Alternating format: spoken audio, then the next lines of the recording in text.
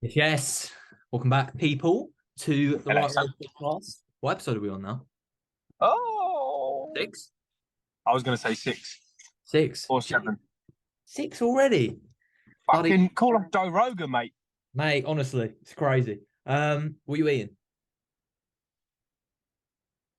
Fucking Tuna hell, and rabbit. son. Bit too many calories there. Uh, Are you on rabbit food yet or no, not no. Food's still the same, but my cardio has been upped. yeah? So 4 times 450 calories on the stepper.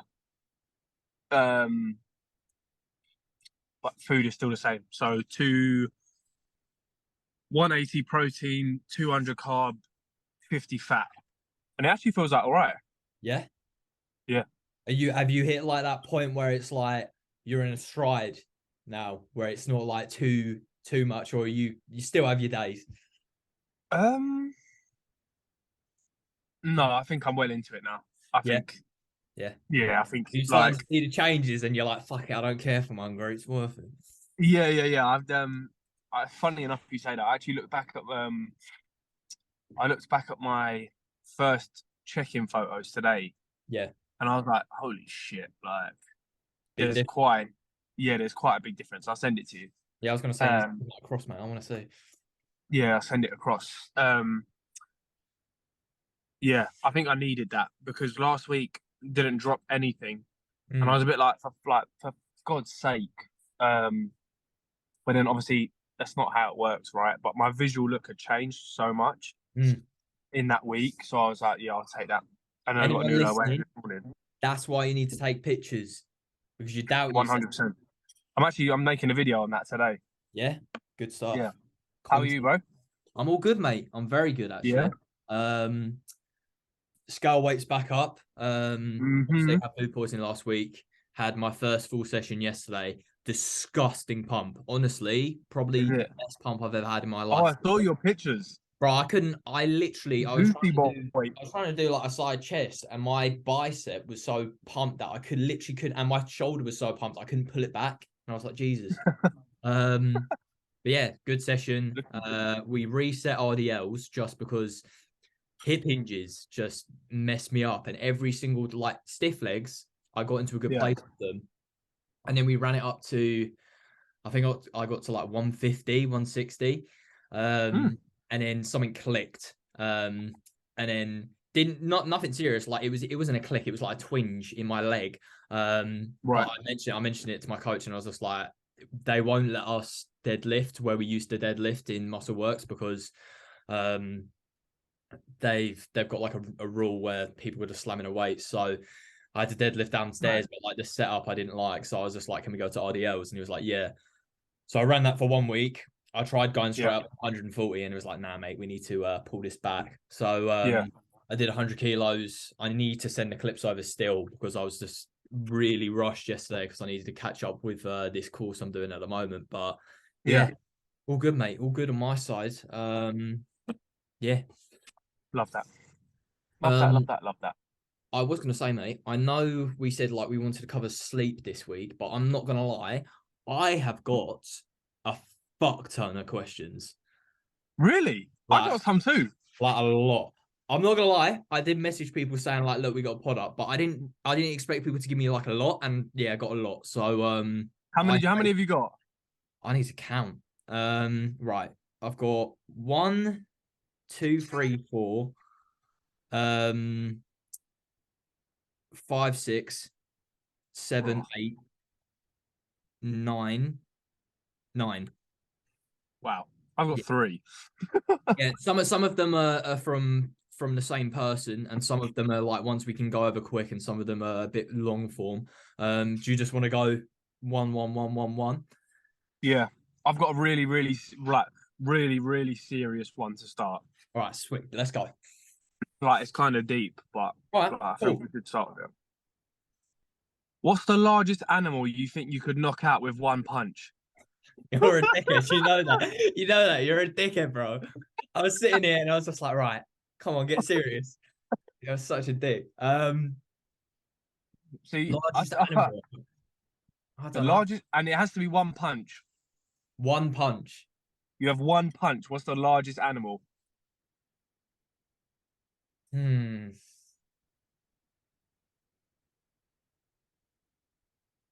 I reckon I could chin a sheep, you know. I reckon I could chin a sheep. Like literally, like Mike Tyson, get up, literally be like, "Hey!" He's on the floor, mate. You know what I mean? He's on the floor. Like, Yeah, that bah! is knockout. That is Dead. knockout. Just Um, lamb chops, easy. oh, yeah. um, Mate, that's quite a big animal, you know. If you were gonna say a cow, I was gonna be like, cows are mate, cows are dead.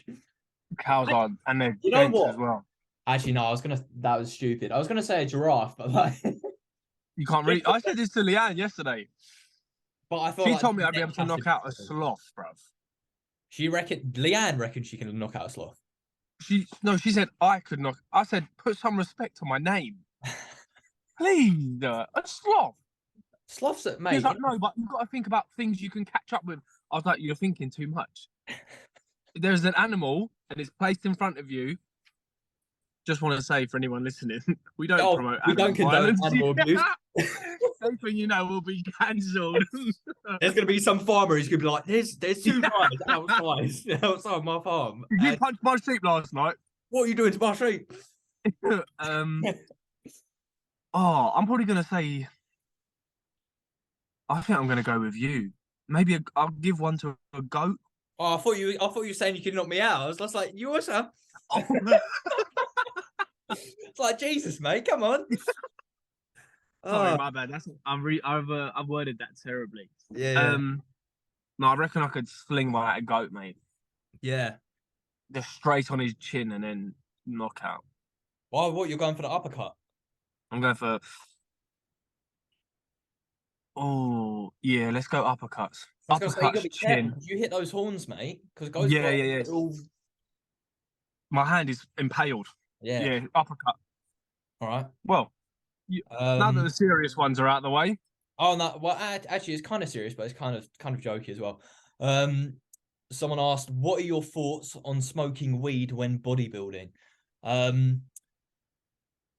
I've dabbled in it. I'm not gonna lie. I think it depends on the person. It's very person dependent. yeah, Like anything.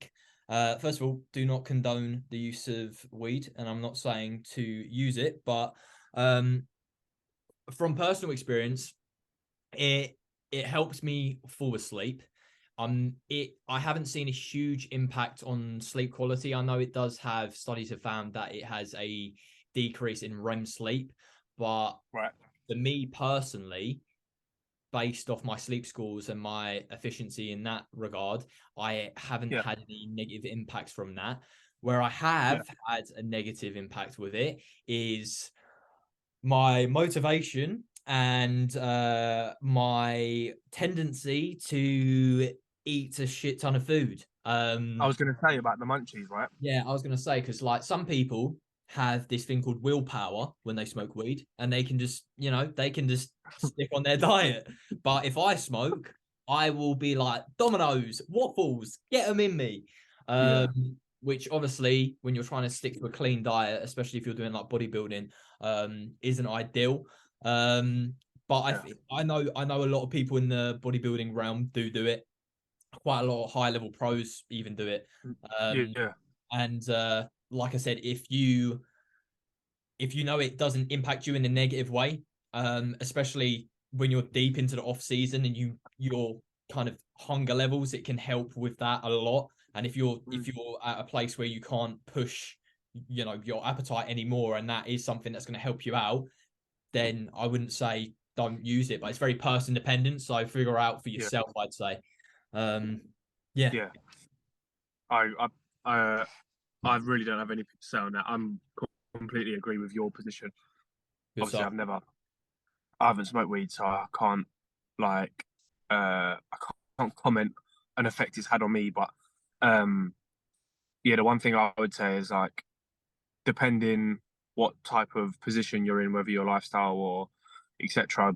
Obviously, munchies and things like that. But Mm. um, yeah, everything I would say you've just said. So, All right, cool. Do you want to do one? yes. Um, so mine are, mm, I kind of want to say mental health based. Cool. I've One, got quite a lot of training based ones, so we can just bounce them off. yeah. So, um, first one, have two that are linked. One, what started your fitness journey? And two, why did you want to become a PT? Hmm. That's And good. then, yeah, we'll do the other one after. Go on, you go first, mate. What started my fitness journey? Uh, so I fell into the gym through football. Hmm. Um, Obviously, playing at an okay level, we had to do strength and conditioning, and we was in the gym, etc. So that was probably I'd been in the gym since probably 14 years old because I used to go. My brother's 2 years older than me, so he used to go after school, and we used to get picked up at the same time. So I would be in the gym setting, but for some reason they only let me train legs. So basically I was 14, just spamming leg extensions, but I don't count that as like serious training because I was just kind of not messing about, but messing about. Yeah. And then 16 years old, started to get into it properly because of football. And then I was going quite a lot then, but wasn't really doing physique development training. It was kind of all just around maintaining a lean physique and focusing on areas of the football game that can kind of have an impact in that. And then when I stopped playing football, um, I just become a regular gym goer and fell in love with that feeling of bettering yourself every week and kind of just giving me a little bit of a purpose, to be honest. I just stopped playing football after trying my hardest to become a professional footballer for like 18, 19 years. But due to mental health reasons and things like that, just thought this actually isn't for me. Um, so it kind of gave me that purpose. And for me, where I'd had not like, I don't know how to say it, but had not like a rough upbringing, like in terms of that, but my anxiety as a child was quite annoying to say the least. So like it was something that I had to cope up with a lot from a young age. Um, So for me, football, exercise, anything that was physical activity took my mind to a different place, which was when I was younger was rare. Um, and I found the beauty in that, which then made me want to become a PT to show people what movement can do for you. Mhm. Like this isn't just about looking good. This is about feeling good. This is about what it's going to do for your mental state. I kind of wanted to take what I had learnt from playing football and having the freedom of playing sport and being able to do all of these things and feel in a different planet mentally when I played them. I wanted to take that and reciprocate that to other people, make them realize how beautiful it is and how beneficial it can be.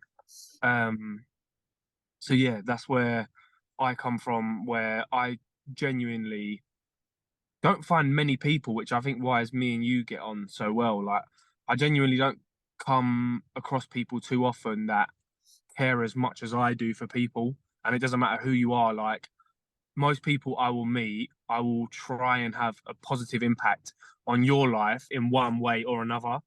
Yeah. And that's something that I really thrive off of. So for me, be it having that opportunity to kind of present that to other people and do my best and be so passionate about that to other people. Um, I was also lucky. I got onto one of the best courses I think you could probably ever get on with Nike.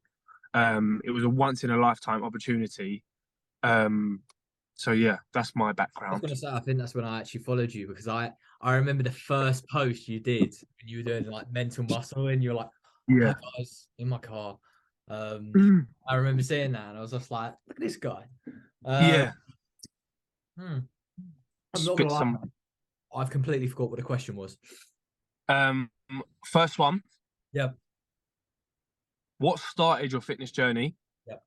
2, why did you want to become a PT? All right, cool.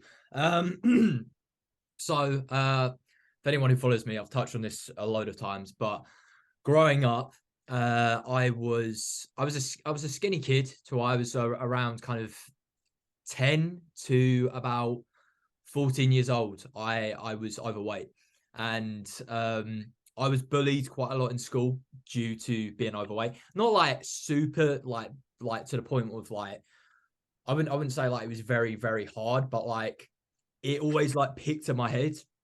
And Mm, I definitely think I had like anxiety around it. And from a very young age, my kind of self-value came from how I looked. mm, So I remember the turning point for me was I think I was around 12 where I went on a family holiday to the Caribbean, and I was so insecure in how I looked that I I didn't go out to the beach. I'd stayed in the hotel for like the majority of the holiday, and I refused to take my top off on the beach, even with my family. And my mum like realized kind of the effect it was having on me. Like over time, she kind of realized that like this me being overweight was like really bothering me. mm. I was never into fitness. I was never into any sports as a kid. I never played any sports, football, like rugby, nothing like that. Mm. So I think I had a lot of intimidation going towards kind of a gym setting. So Yeah. she got me a personal trainer who actually wasn't qualified, but she didn't know that. And that kind of got me like my first introduction into fitness, and he absolutely battered me. I remember doing like I can't remember the exact exercises, but he'd have me like run on a treadmill, and like I literally would go into session just throw up from exhaustion. Like this guy was just like you can Just, now looking back on it, I'm like, how did you not know this guy was like qualified? mm.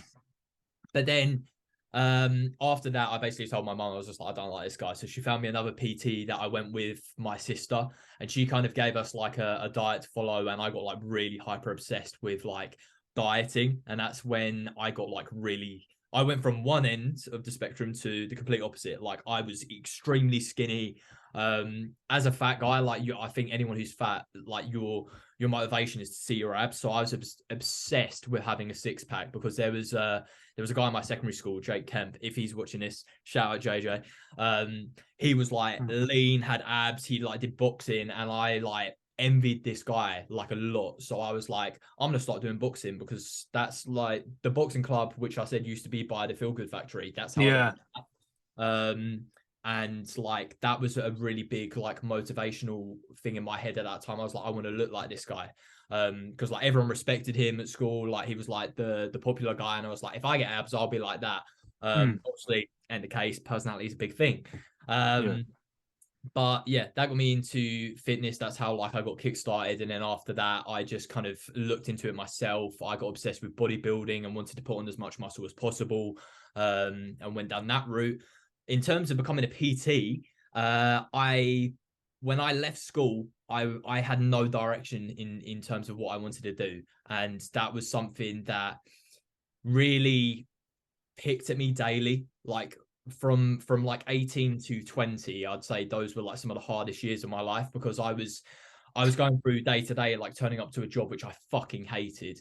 I did Yeah. recruitment in London, and then I basically left that job to do recruitment in Bromley, which I eventually got fired from. Um, yeah, no, I was shit. I deserved to be fired. Right. And then COVID hit, and that's when I started working for Sainsbury's, and I was just like, I basically had like no direction and sense of what I wanted to do. And at the time I Mm. was like hyper committed. That's when I got like really lean for Yeah. my Yeah. photo shoot. And I was like, this is the one thing in life I fucking love and I'm Yeah. passionate about, and I can wake up every single day and be motivated to do this. And I just thought this has had such a profound like change on my life, and if I Mm. could do that for someone else, I feel like that could be the most rewarding job in the world. And like you said, 100%. i I truly like get so like not obsessed but so, what's the words, involved, Into it. getting Yeah. into it with like people's transformations, and Yeah. like I just kind of, when I started taking on people for free, and started working with them. And once I actually saw that I could actually do it and realized like I could actually get a job out of this, I was just like, no brainer. Yeah. Sick, man. Cool, Six, cool. six. Was there a And here we are. So that was the two in there. So the first one was what got you started, and then what made you want to become a PT. And then I've got another question on top of that. Okay. So we'll do your one, and then Okay, cool. Let me just get another one. How do you maximize recovery when doing your first proper off season? And then he put slash how to play sport and do bodybuilding too. So there's a couple things. First of all, everything's going to be person dependent. So like here, people who are hearing this, take it with a pinch of salt because it's going to vary person to person depending on your circumstances. But yeah, for natural athletes, you've got a couple of factors which are going to determine like how you progress. So you've got, you know, the amount of calories you're doing, how well you can recover, and that's going to come within, you know, your sleep, the amount of calories you're consuming, and how well you can recover from training volume. So manipulating that and just staying on top of those factors. So, you know, in an off-season setting, you want to be pushing up while progressing numbers in the gym. So if you notice for, you know, say your body weight's at like 75 kilos and, you know, you're progressively overloading and then you've hit a bump in the road, recovery's gone down, you're no longer progressing, start bumping up food. But it's quite simple. You just want to make sure you're staying on top and being able to progress, you know, throughout as long as you can. So you just want to stay on top of, you know, making sure you've got enough food that you are, you know, recovering well and you can tolerate the amount of volume you're doing, and making sure, you know, you're sleeping enough, and yeah, basically that. control what you can control, right? Exactly. And then the other one was how to play sport and do bodybuilding. I've actually got a client at the moment who he's called Joe. He's at uni. He's doing like lacrosse and training at the moment. And when he first started, like a big thing I said to him was figure out how demanding the sport is that you're doing. Obviously, the more sport you're taking on and training at the same time, it's going to be very demanding on your body. But like I said, each person is going to vary on how much they can tolerate. So trial and error. Don't be afraid, especially if you're watching this, you haven't got a coach. Don't be afraid to experiment. It's a big way that I've learned how to, you know, how to be a coach in myself is trial and error. You know, if you're training, let's say 2 days a week in a sport, and then you're training 3 days a week in the gym, if you can recover from that, good.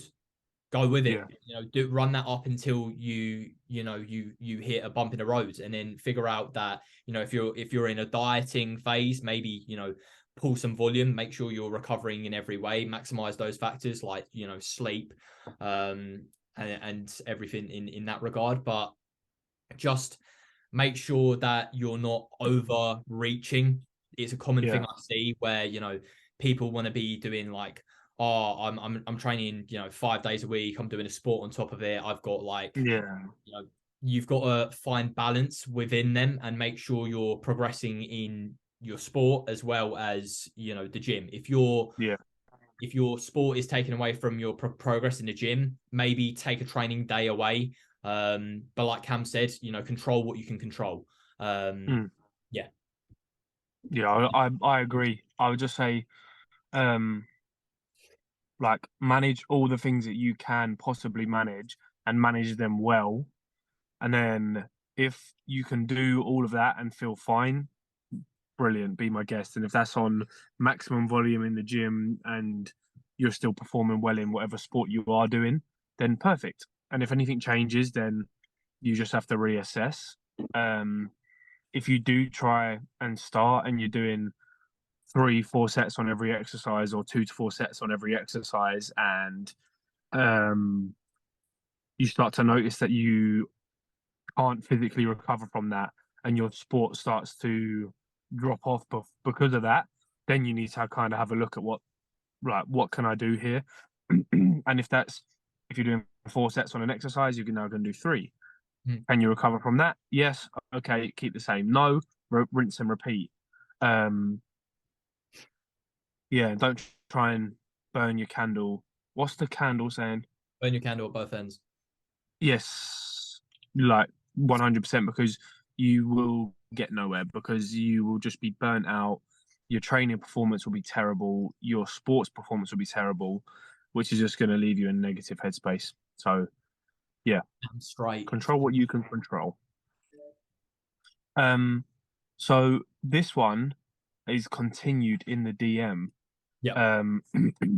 But the question box says tips on dealing with anxiety, maybe a bit of a long one. I'll message the details. So let me get the DM up now. Adding from the question I asked for the podcast, I don't feel like training a lot. I've had quite an anxiety heavy day. Mhm. Obviously, can be a bit of a struggle to go around the whole day with that feeling, but it could be a good one if you guys are willing to get into it. I'd love to listen to what you guys have to say about it. Okay. Do you want to go first, mate? So for me, and I think sometimes I think what I'm about to say could be a bit rich coming from myself, but I think uh, definitely what I've learned after battling for a long time is pick your battles with your own self. Like, I think it's very easy when you are in that anxious state to let everything come toppling down on you. Mhm. I think one thing for me now is that when I'm anxious about a certain topic, I will let that certain topic be the only thing I'm anxious about.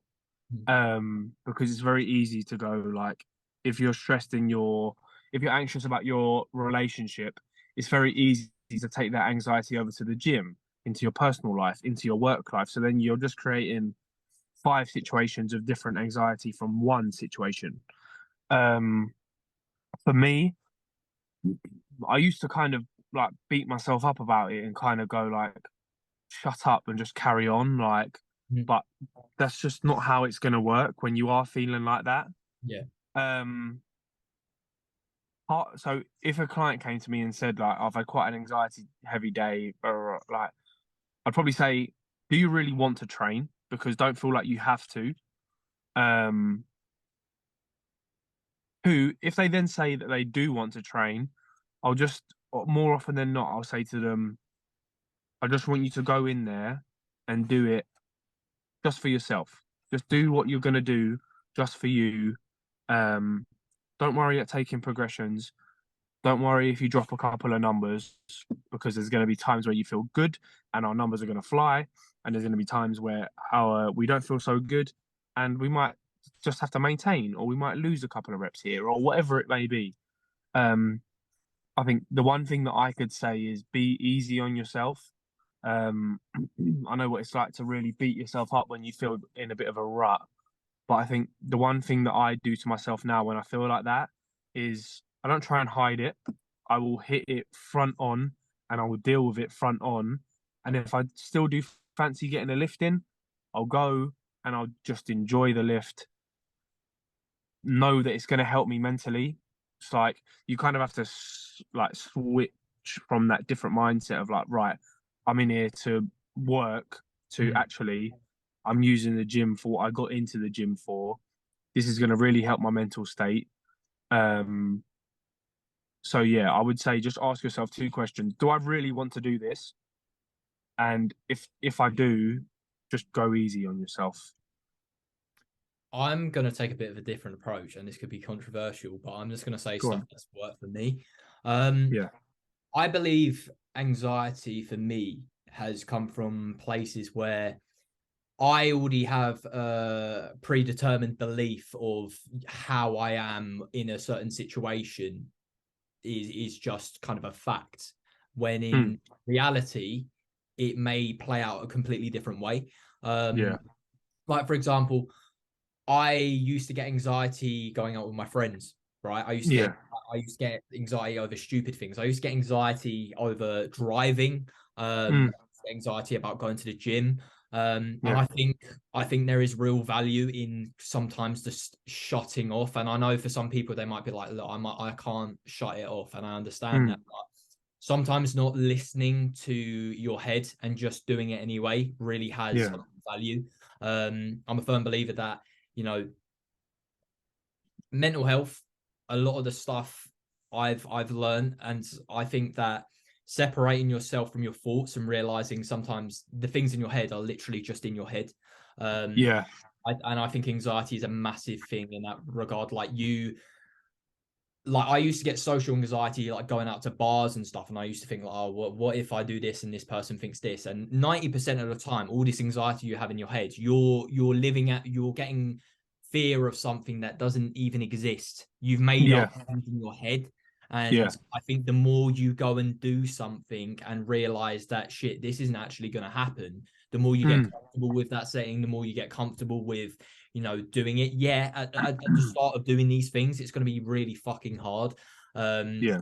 It's a hard question to answer because obviously I don't know the where this person gets the anxiety from. You know, is it anxiety going to the gym? Is it anxiety doing Yeah. going out in social situations? Yeah. Yeah. Yeah. In everything in life where I've had anxiety, especially speaking in a public setting where if I have to like speak to people or I used to get anxiety about like meeting people for the first Yeah. because I thought, what if this person doesn't like me? Um, Yeah. I've got to a point in life now where I'm just like, look, people ain't gonna like me. Some people are gonna like me, so I don't give a shit. I'm gonna act the way I do. If you like me, you like me. If you don't, you don't. You At the end don't. of You the don't. day, Yeah. unless you're someone who I hold close to, like in my life, I'm really not gonna give a fuck. Um, Yeah. I honestly think seeking discomfort is a massive thing that helps. I Yeah. think meditation as well, like as corny as it sounds, I'm not saying like sit in your room and be like, burn some fucking incense, but being present in the moment and realizing sometimes that your thoughts are literally just thoughts doesn't Yeah. mean that, you know, it's the reality, and being able to separate yourself from that is a skill. And with Yeah. meditation, when you're present and you learn to kind of like shut off your head and kind of get to this place where you can kind of just have clarity, Mm. I do think there's um a lot of value in that. Yeah. 100%. I think I completely agree. I think what I was saying is in the in gym context, but I think I definitely agree with the overall. I think what when I used to get worried about things that weren't in the gym, it used to literally like overwhelm me to shit. It probably was only until when I turned like 18, I probably learned to start dealing with it. Um, and sometimes I think you just have to. I know it sounds weird because it's in you, but I think you have to step out of your own head, Mm, um, and just understand like, right, I'm thinking about these situations that might never, ever, ever, ever happen. mm, So if you can kind of find a way to detach from that, you go, okay, cool, I'm feeling how I'm feeling, but I'm gonna crack on regardless. I think that's a really powerful tool. mm, Um, I'm the same as you. Even when I meet new people now, whether it's a potential client or just anybody, I care so much. Well, not so much anymore, but I'm a people pleaser. yeah, I want people, I do want people to like me. Um, I'd like to say I have quite a likable personality, and I you think the older I, no, I'm a cunt. know, yeah. Um, um, Sorry, mate. Yeah, go on, continue. um, Sorry, it's getting too serious. I needed Yeah, something. no. But I think that's what's good about us as well is that Yeah. mate, we'll break up a serious conversation, like, and I think that's why I think we do have likable personalities because if you want to have a serious chat, you can have a serious chat, but ultimately we are here for a laugh and like, do you know what I mean? And the thing is, as well, to the person who sent that message, I don't know how old you are, but like, understand that, 21. right? Okay, I'm 23, and I can tell you from the time I'm 20 to 23, I have had the most development in my mental, like, the change of how I approach things mentally. Like 18-year-old me would not 18-year-old me would be, I don't think would even fathom like the guy I am No, now, because I used to be such a different person. yeah, Uh, same. So don't put too much pressure on yourself in that sense. You know, you will figure stuff out on your own, and it does take a lot of trial and error, like anything in life. But yeah, don't think about it too much and seek discomfort. That will help you out a lot. 100%. Right, Mango. Have you ever binged and restricted, and how would you go about accepting it and preventing the following day restrictions? Yes, I wouldn't say I had a binge eating disorder. I don't know. After I did my photo shoot prep, it was the first time I was noticeably lean, like very, very lean. And when you get down to that kind of low body fat, your hunger signaling's all over the place, and you basically have like a never-ending stomach, it seems. I got to the point where like I've said this multiple times. I spent 120 pounds on waffles in a week. Because I was so hungry, and like I lied to my coach at the time. And I was literally like looking through the cupboards, like trying to find food. Like it's for anyone listening, because I've said this to clients before, because I think a lot of people think binge eating is eating a lot of food. Binge eating to me is eating food to the point where you're sick and you literally cannot stop until you're like in pain almost. Like I remember eating, like throwing up in the toilet, and then you kind of just sit there. And the thing is, the weird thing is, when you're doing it, you know you shouldn't be doing it, and you know you're gonna hate yourself afterwards. But it's almost like a drug. It's like at that point, um, the best advice I can give you is if you're being coached, let your coach know how you're feeling, because as a coach working with clients, if we know you're in this situation, we can help you out. And if you have a good coach, they will increase your food, because they know in the long term that will help with you being more satiated, as well as it's less likely that you are going to binge. But if you just keep that in secret to yourself and just keep fucking yourself up, you're going to beat yourself up, and you're going to keep repeating the same kind of cycle. If you're not being coached, and you keep binging, to me, it's normally a case of you hate your diet, you're restricting yourself from foods that you probably don't enjoy. You probably have nothing in your diet that you like. So, you know, 90, like the amount of times, and you'll know this, Cameron, as well, especially with PT clients. A lot of people, when they first get into fitness, think like, oh, to lose weight, I have to eat only salad and I have to eat like calories. So they'll like, you'll put yourself on salad and chicken for the whole week, and it'll get to Saturday, and then you'll over the whole weekend you'll binge eat. Well, not binge eat, but you'll like overeat, and you'll eat a load of shit. And then come Monday, you repeat the exact same process. And the reason that is because you're not enjoying your diet, you're restricting yourself extremely to points where you know you're not going to be able to adhere to it, and it's a never-ending cycle, which is just going to mess you up. So if you are in that situation, if you're being coached, communicate with your coach. If you're not being coached, implement things you enjoy on your diet. Understand a diet you should be able to adhere to it. And if you can't, make a change. Because, you don't have to be doing 1 meal a day. You don't have to be doing intermittent fasting. You don't have to be doing keto. You don't have to be doing low carbs. Like, do what works for you. And how would I go preventing it the following day? Get back on track. If you have a plan, get back on track. And it's rich coming from me, because I have done this. I've been that guy who's binged, and like I've been in the gym on the stepper for like an hour trying to undo the work. I've been trying to, I've starved myself an entire day, but guess what that does? It makes your body feel extremely hungry, and then come the evening again, you're doing the exact same cycle. So just get back to your plan. Don't overthink. Maybe even remove scales. Okay, I've had clients in the past where they've been so obsessed with scale weight and how it affects their scale weight that for the moment the best thing for us to remove that completely, 100%. just so you can get back onto back to where we were. And then when you feel comfy with where we're at and we're back on plan, we can start implementing that back in. Um, 100%. yeah. Anything you want to add, mate? No, you hit the nail on the head, mate. Cheers. Nail on the head. Um, all the questions come from you now. Okay. I got none left. Cool. How do you? Oh, mate, all of these are really serious. I was hoping someone was going to send me like a "Would you rather shag your mum or dad?" I wasn't hoping someone sent that. That was a bit weird. How do you deal with body dysmorphia? Um, Oh, fucking hell. it's a good question. First things first. I think anyone who's heavily into the gym always like deals with body dysmorphia.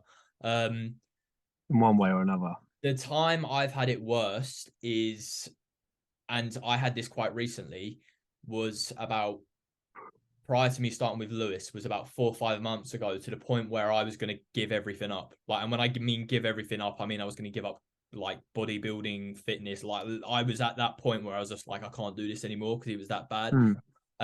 And that the number one thing that was causing that was me comparing myself to others. Yeah. I think if you're in the fitness space, you really like, yeah, it's good being inspired by others, but you need to focus on yourself and don't worry about the 16-year-old that's pressing, 4 times what you are, the person who's lost weight, they've lost, the weight you've lost in 2 years in, a matter of months. Don't compare yourself to others because it really is the thief of joy. Focus on yourself. Don't get hyper obsessed on social media, because I found in the past that, when I'm endlessly scrolling and I'm looking at all these influencers, everything on social media is not real. People are using cameras, filters, all this kind of stuff where it's going to Yes. change. But I'd say the number one thing is just focus on yourself and don't compare yourself to others. Don't wish you look like someone else, because your genetics, all these kind of things are going to play a massive role. Yeah. Yeah. I think I suffered from it most when I was younger, Mm-hmm. around 15, 16, 17, where actually, to be honest with you, probably since I was maybe 14, um, I was pretty much stick thin. Not stick thin, but I was very, very lean because I was playing a lot of football. So I had like proper abs. Um, my physique was okay, but I genuinely thought I was huge. Like I thought I was fat. Mm. And I've got pictures on my camera roll still of like I'd get people around me to take pictures of me in what I was wearing, like off off guard pictures. Um, where I'd like stand to the side because I thought that I looked like fat in a jumper or something like that. Mm. And I look back at them pictures now and I think, what the hell? Like, how is it even possible for the brain to like comprehend that? It's crazy. Um, I even look back at pictures of when I was lean in like 2020. And I think, oh, what the hell? Like, I thought I was really still quite big then. Um, so it is mad, but like you say, you just kind of have to not look at anybody else, but also understand like sometimes you have to listen to the people around you and not what you're thinking. Mm. Because if 50 other people around you are saying that you look great and it's only you who thinks that you don't, you might not look how you want to look, but you kind of have to take wisdom from the things that other people are saying. Like I'd say to people like, oh, I need to lose weight, like I'm so big. And they're like, there's literally nothing of you. And I'll be like, shut up, like that's not productive for me. But Yeah. then now you look at it and you go like, God, I was actually right. Mm. Like I was thin and I thought I was obese. Yeah. It is a scary Crazy. thing mine does. It is crazy, honestly, crazy. I've got another one here. Yeah, Someone asked, what are the benefits of an online coach? Um, Everything, mate. literally Sign up, everything. sign up, and you'll find out. All right, we'll Yeah. put links in. Um, I think in terms of I always compare it to one-to-one PT just to give someone like an idea. Do you know what I mean? Yeah. Like in terms, Yeah. Yeah. basically Yeah. the way I see it is, and obviously different PTs, like everyone has different things. But if you, let's say you're running a mill PT, right? Person's going to do maybe a couple sessions a week. Your main focus within that session is going to be training and predominantly training only. So that person will overlook your training, make sure you're training well, and once you're out the door, that's it. With online coaching, your training's covered, your nutrition's covered, you have communication throughout the week, you have check-ins. So there is so much more to the online coaching process than I personally think than one-to-one. But you also have Yeah. PTs who do like hybrids. So like me and Cam both do that. We both Yeah. do, so we might have clients who come in with us, but they also have online coaching so they can benefit from that. But Yeah. it's a lot more in depth. We'll cater for Yeah. the individual, like individualized nutrition plans, training plans. Yeah. We'll get people to send over form clips. So we're analyzing that. We're being able to give out productive feedback. You establish a very good relationship with that person because not only are you talking to them on a weekly basis, but you're talking to them on a daily basis almost if they're asking Yeah. questions. Um, The and it's accountability very is just unmatched. it's yeah, exactly. The accountability from that person is in my opinion so much more beneficial than just a PT on your own. I think if you're starting off, it's a very kind of good place to go down. Anything you want to add to that, mate? No, you hit the nail on the head once again. Mm-hmm. Dropping bombs today, brother. Right, Dropping I'm bombs. gonna let you start. Oh wait, I'm okay. I'm not gonna let you start on that because you already know your answers to that. Someone said, how do you deal with bad bloating and digestion when upping your calories? You go first because I don't want to. I try and so I've never really been in a position where I've pushed my food that high, but I definitely have dealt with quite a fair bit of bloating when my diet hasn't been that bad. I Mm, think sticking to nice whole foods is going to help massively. I think don't neglect your micronutrients just because you're pushing food high. I think you still need that in there. yeah. Um, some people use things like athletic greens and things like that if they struggle to get like their greens in or their macros. Mhm. Um, fiber intake, um, water, staying hydrated. Sounds mad because quite a lot of the things come down to kind of all the same stuff. Like if you can continue to nail the basics within your nutrition, um, then that kind of will deal with itself. Mm. If that makes sense. Yeah, no, 100%. Um, to add to that, I mean, I'm in a position where my food is the highest it's ever been. I'm currently on 4,200 calories a day, around God, 700. Well, actually, that's a lie on training days, so 5 days of the week. 400 and no, not 400. Actually, I'm gonna get my exact macros up now just so I can 695 grams of carb, 224 protein, and 57 fat on a training day. mad. So my biggest tips are, first of all, if you know for a fact that you're eating a meal and you're getting like bloating or gas or loose stools, that basically means like loose shit for anyone who doesn't know. Make a note of it and try note down, and figure out what exactly is causing that. For example, I've had clients who can't eat whey protein because it causes them to bloat straight away. So there might be Yeah, stuff you need to remove from your diet.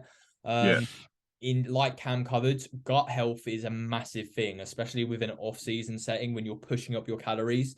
A lot of people tend to neglect it. So like Cam touched on, fiber intake, we really need to make sure, 30 grams minimum, right? yeah, Um, I think that, as well as that, when people push up their foods, they tend to say like, "Oh, I'm eating so much food, so I don't want to eat any greens because it's taken away." So stay on top of that. Space out your mm, meals. yes, Number one thing I see, people will always like have 3 meals a day. I say to clients, don't have less than 4 meals. mm, Just because, from a digestion standpoint, it's going to be a lot easier for your body to break down within 4 meals. I eat 6 meals a day because the amount of calories I'm eating, that it Yeah. needs to be spaced out. I'm eating every 2 to 3 hours, but for me that Yeah. works. Go on regular walks, walking and getting regular I was movement going to say, help with that. yeah.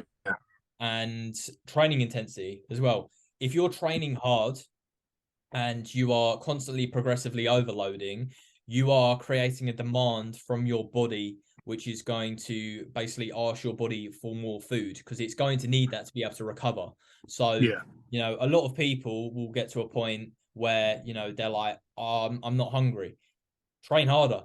I know Yeah. it's shit, but you've really got to make sure you're training and giving it your all, because you Yeah. know you will, because your appetite will be roaring. I honestly, and I'm not just saying this to be like, oh, look at me.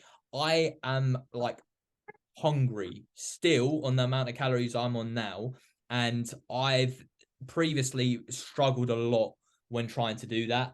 Mm. Last thing I would say as well is just having a difference between training day and non-training day calories, just so you can give your gut a rest between those days. Mm.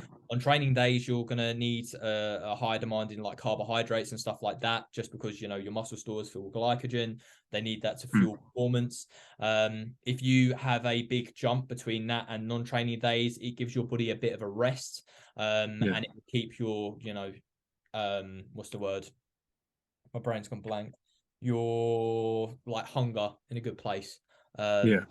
Yeah, pretty sure that is good. You got What any? else we got? I've got a client in 6 minutes. All right, I'm pretty sure I've got one more question, and then we're good to go. One sec. Binge done. That's done. That's done. Um, Someone said exercises for traps beside shrugs and inner thigh. Do you want to start? I think any sort of wide path row is going to get your traps working. Um, Obviously, you do have shrugs in there. A lot of upper back movements are going to develop your traps. Mhm. I think people think you can only target your traps just by doing shrugs, Yeah. but that's not the case. Um, it's called upper back for a reason. So, like, it's not just doing your rhomboids and your teres and all of that. Like, your your traps are going to get some work in from that as well. And an inner thigh, Yeah. So that's like, so like adductors. yeah, exactly. So That's what I was just gonna say. It's easy. Just adductor machine, the lateral slots machine lunges. boys, the ones where we're doing this, that, and no one Yeah, wants to do it. No one wants to do it because they're like, oh no, I don't want to be a girl. If you want thick legs, do it. do it. Do it. Yeah, lateral lunges. If you take your feet a little bit wider in a leg press, your adductors are going to get a little bit more work. Deep in a squat, your adductors are going to work. Um, so yeah, probably things you're doing already, but you might just need a little top up directly. I mean, the adductor machine is the only exercise that you are going to be able to fully isolate your adductor. Mhm. Um, but obviously some quad will play a part in that as well. But Mhm. yeah. Um, You? yeah, pretty much hit nail on the head, mate. Only thing I would say added to that is like, something like a farmer's walk is Yeah. if you're walking around, your trap's going to be involved. But like Cam said, like a lot of upper back movements are going to incorporate the traps, and Yeah. isolation is really kind of shrug movements is just going to hit. I know it's a Yeah. boring exercise, but you can do different variations of it. You can do dumbbell shrugs. I used to do cable shrugs, which I really enjoyed. Yeah, Um, they're quite good, aren't do those on a narrow stack rather than a wide one. they? Yeah. But yeah, I think that's good, mate. I'm happy with that. I think that's a solid episode. Mate, I think that's my favourite one we've done so far. It was a I good think that's my mixture. favourite one. I Covered feel everything. And I feel we've like got I feel like we fair questions. got good into that. All right, well, That's guys, anyone watching, question boxes will be up next week. I know I know we said we are going to touch on sleep, but the questions this week were quite good. So I won't yeah. ask people specifically for questions next week, so we can cover sleep. Actually, people watching this, I'm going to put up a poll on Spotify. So with this Yes. episode, there will be some categories of things you want us to cover. If I can put like a direct box which says like a subject, I will. But if not, I'll put like a poll, and we'll go from there. But thanks for watching. Yeah, thank you very much. Really enjoyed that. Keep the questions flowing. I love answering questions like Yeah, that. it's fun. All rightio. Bosh. Bosh. See you in a bit, people.